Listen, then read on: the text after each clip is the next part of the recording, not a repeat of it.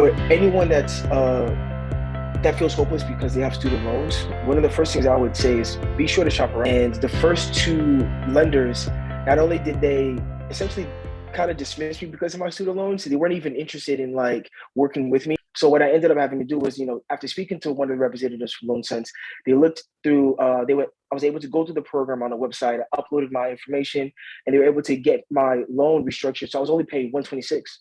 But after, talking to a loan officer that was actually willing to go through that process and getting them connected to LoanSense, we were able to essentially attack this situation and work out the numbers that made sense for me. I think it was a difference about 150,000. It's kind of ridiculous.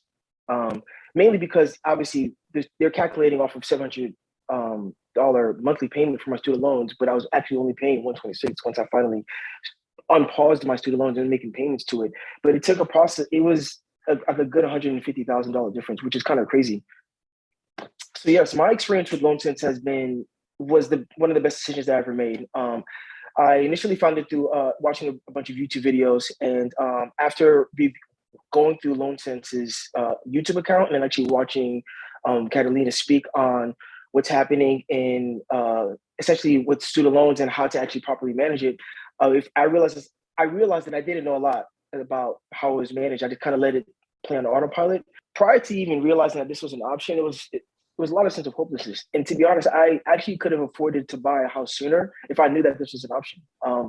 I was living in New York City at the time, and my landlord at the time was actually encouraging me to kind of like buy my own property. And I was like, I have student loans that were ridiculous. There's no way that I'm actually going to be able to afford to get my own property. But if these programs that are available, I've kind of always been available. And if I knew that at the time, then I would have, mentally prepared and financially prepared for that process. So without LoanSense, I wouldn't even be here right now. And I was paying more.